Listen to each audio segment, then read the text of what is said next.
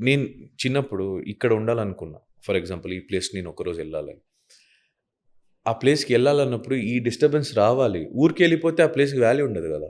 హ్మ్.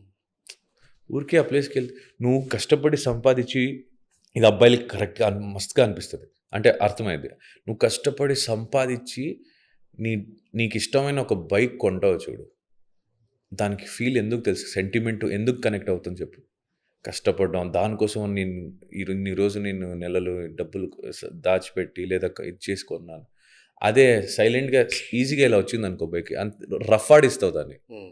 నువ్వంత సెంటిమెంట్‌గా చూసుకోవు. రఫ్ ఆడిస్తావు. Because you don't know the struggle to get it.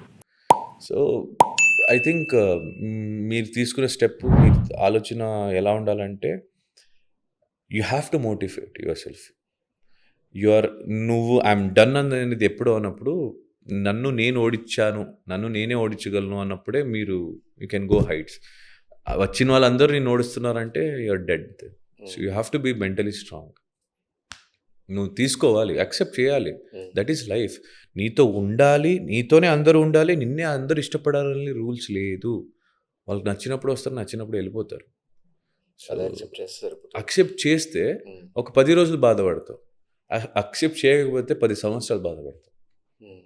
So, okay. That's okay. If you don't want to be with me go then that's okay. Hmm. It's your wish. You decided what you want to do in your life. It's not I didn't push you కదా! Hmm. నువ్వు ఎళ్ళాలి అని స్వతహా చెప్పినప్పుడు నేనెందుకు పట్టుకొని కూర్చుంటా? చాలా పెద్ద పెద్ద వాళ్ళే చెప్పారు. నువ్వు వద్దు అనుకుని వెళ్ళిపోయిన వాళ్ళు వదిలేసేయి. మీ వాళ్ళైతే మళ్ళీ తిరిగే వస్తారు. వదిలేసేయి నువ్వు గూడా. అయిపోయింది. కరెక్ట్.